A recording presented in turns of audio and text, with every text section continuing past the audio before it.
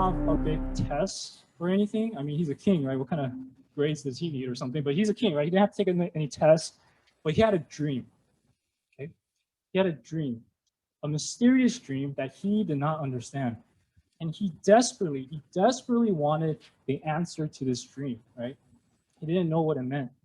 And so as we get into our passage, we're going to see that even a king like Nebuchadnezzar, who has all the resources in the world, who has his advisors, his counselors, his sages, they're not able to give him the answer that he wants. Only God is able to do that, okay?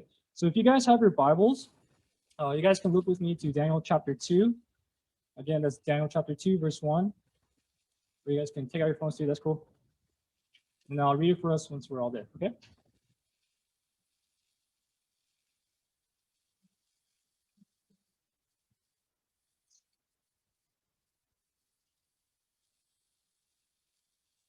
So Daniel chapter 2, verse 1.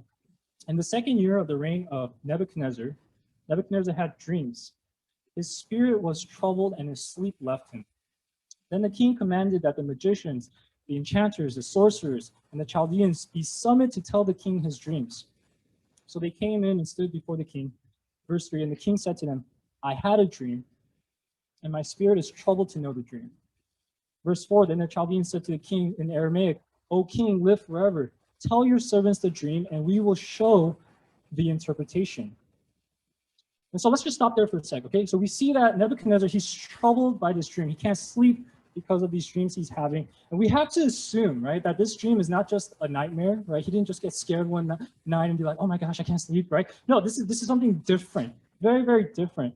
And for Nebuchadnezzar, he may have understood it as like a vision or a message, because back then, a long time ago in ancient times, that was just a common theme, right? They believed that the gods, right, whatever deity would give kings visions and messages through their dreams, okay? And so Nebuchadnezzar, right, he kind of took it as that. He felt like, you know what, maybe there's this hidden message that I'm not understanding with this dream, and it's bothering him, right?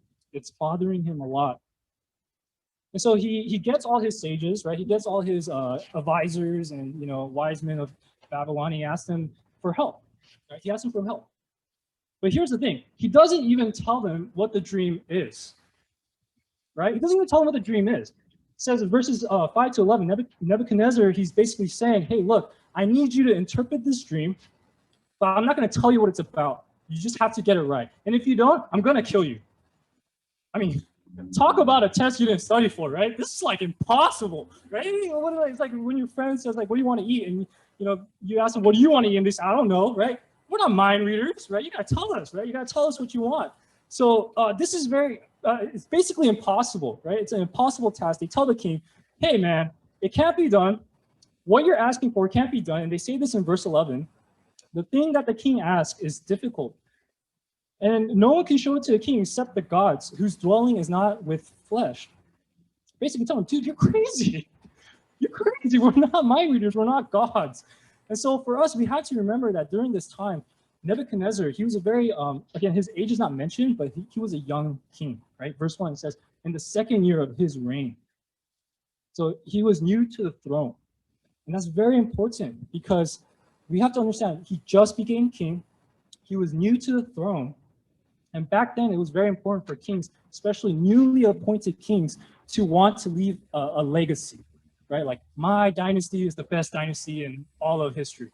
Right, so it's very important for them to kind of live up to that expectation and even surpass it. They wanted to be the best king.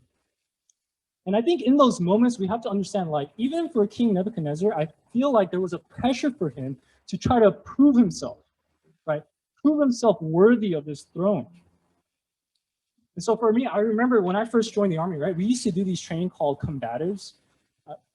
I'm pretty sure none of you guys know it, but it doesn't really, it's not really, how do you say it?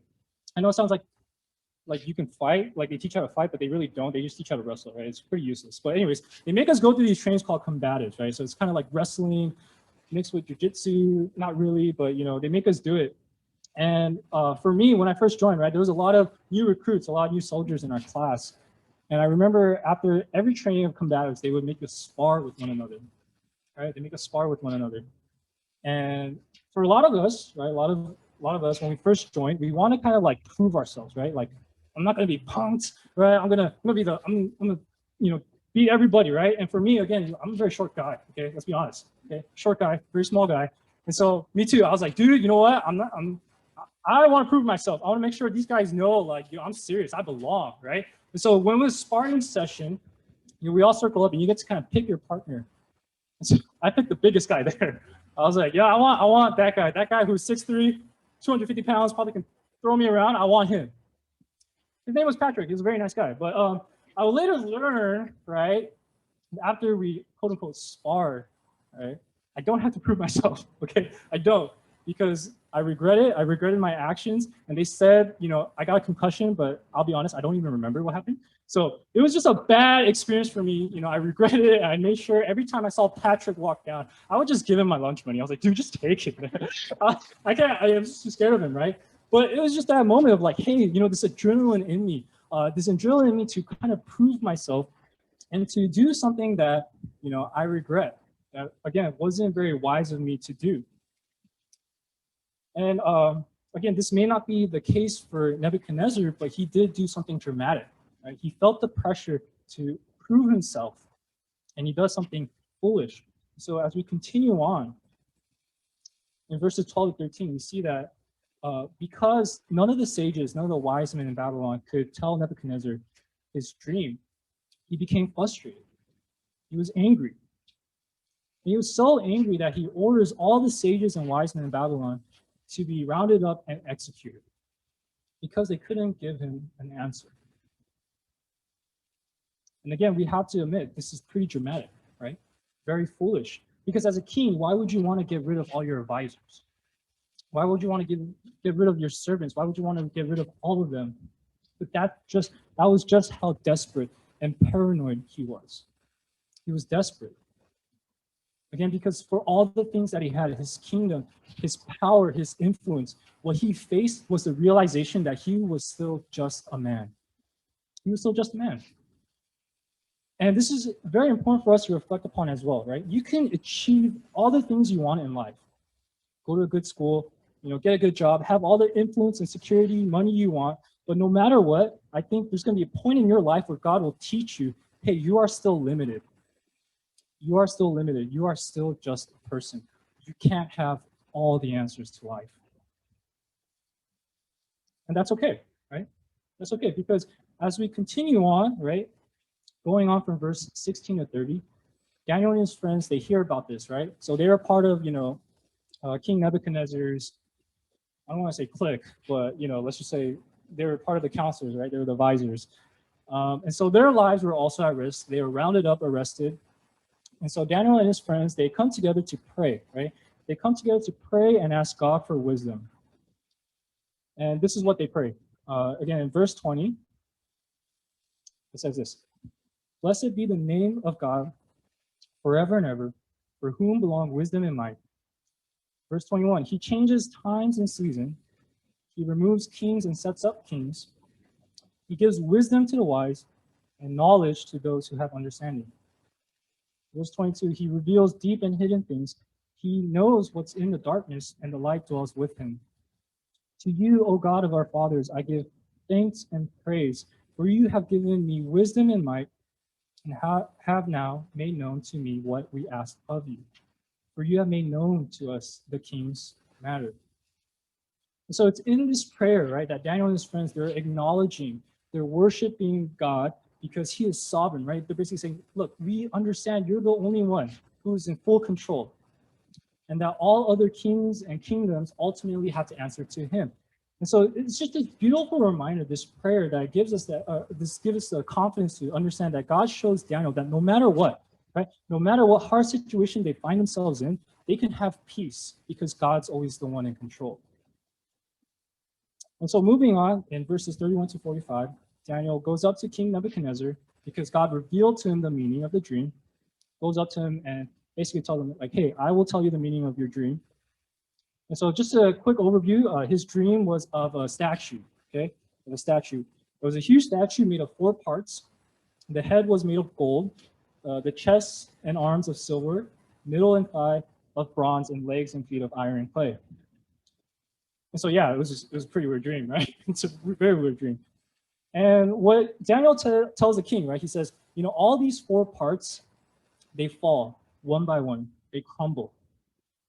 And what God is revealing to the king through Daniel is, hey, look, you, King Nebuchadnezzar, you are the head of gold. Yes, right now, you are the king of kings. You have everything. Your kingdom is the best. But there's going to be a day when there's another kingdom, and they're going to take over you. And that kingdom's going to take over that. And that is going to go on. So he's basically telling me, hey, look, all kings and kingdoms are going to fall one day. They're going to fall one day. But then Daniel says, however, yes, all these kingdoms and kings will fall. But in a lot of ways, hey, he's saying, look, there's going to be one kingdom that's going to last forever, and that's God's kingdom. So he's basically telling Nebuchadnezzar, hey, look, your fears were right. Your reign and rule is going to end one day. But he tells them, look, in verse 44, and in the days of those kings, the God of heaven will set up a kingdom that shall never be destroyed, nor shall the kingdom be left to another people. It shall break in pieces all these kingdoms and bring them to an end, and it shall stand forever. So again, God is revealing to us, hey, look, at the end of the day, at the end of time, there's going only to be one everlasting kingdom, and that's the reign and rule of God himself. And here's what is so interesting as we read on about this passage, as we go on, Nebuchadnezzar, he's thankful, right? He's thankful. He praises God. He praises Daniel. He honors him. Like, thank you so much, all these things. But we have to remember, this isn't really the answer that King Nebuchadnezzar wanted. I mean, what kind of king would want to be told, hey, you know what, your rule and reign, it's going to end one day? That's not the answer that he wanted, right? So we have to understand, even for ourselves, when we seek guidance in prayer, when we seek guidance from God for answers, right? We have to understand it may not always be the answers you want to hear, but that you might need to hear. And so God is not going to cater everything to your desires. That's not who he is, right? He wants to teach us that he's the one in full control. He's the one who has full authority. He is sovereign. And because of that, we can be secure in him. We can be secure in his kingdom and not our own.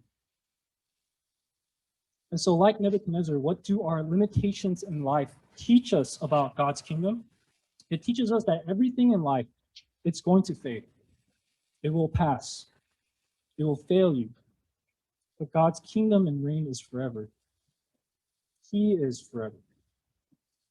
And so your money, it's not going to last forever. Your friends, as sad as it say, they'll leave you. No, I'm just kidding. No. It won't last forever either, right? Your grades, your achievements, your comfort, all these things, right? At the end of the day, they're not going to matter. It won't be there for you. And that's why this passage teaches us, hey, look, you're called to place your trust in something that's everlasting. That's forever, for eternity. And Jesus teaches us this in Matthew 6, right? He says, when he teaches his disciples how to pray, he says, let your kingdom come, your will be done. See, for most of us, we live a life where our prayers and actions and lifestyle, it almost says, yes, we want to say, yes, your kingdom come, but it's mostly about our kingdom. Our kingdom come, our will be done. It's about us. It's about what gives us glory, what gives us security, what gives us comfort. But when Jesus tells this to his disciples, he's basically challenging them, hey, if you want to follow me, if you want to be a part of God's kingdom, for his kingdom to come, yours must go. And yes, for most of us, okay, we don't have a literal kingdom like Nebuchadnezzar. That'd be cool if we did, right? But we don't. But metaphorically speaking, right, we all have something in our lives that we place our trust and hope in more than Jesus. And so even for me, I'll admit, for me, it's like, like most of you, maybe financial security, like money, right? That's so important in life. And, I know recently there was this big craze about GameStop stocks. I didn't even know, but there was a big thing about, like Tim told me, right? So there's a lot of things about stocks I didn't even know about it, but apparently Reddit went crazy and then they crashed the market, or they didn't really crash the market, but they just messed it up real bad. But anyways, a lot of you guys, right? A lot of your generation, my generation, they're really getting into investments, right? Oh, money, we gotta grow our money and all those things. And I'll be honest, like I love to invest, right? But I didn't buy GameStop, so shame on me, right? But anyways, I bought like more retirement fund. And I remember putting money into this retirement fund, and slowly but surely I got obsessed. Right? I'm like, ooh, I made 50 cents today. I know that's small, but that's a lot to me, guys. Okay, but it's like just little growth, right? Little growth. And for some time, I started to think even like, man, if I can get a retirement fund, I'll be secure. I'll be safe. This is what I need. But again, those things, money, retirement fund, whatever it may be, grades, they're not bad things in itself. But when we place our hope and trust in them more than Jesus, that is not what God's calling us to do, right? He's calling us to surrender to his kingdom, to a kingdom that is good, that is everlasting, that won't be any suffering or pain. And so, yeah, I want to encourage us with that, right? What is your kingdom, right? Ask yourself, what is something that you guys place your hope and trust in more than Jesus? It can be anything. It can be your family even, right? Your academics. Again, like for me, money. Are you willing to let go of those things? Are you willing to surrender to God's kingdom and his ultimate plan for us?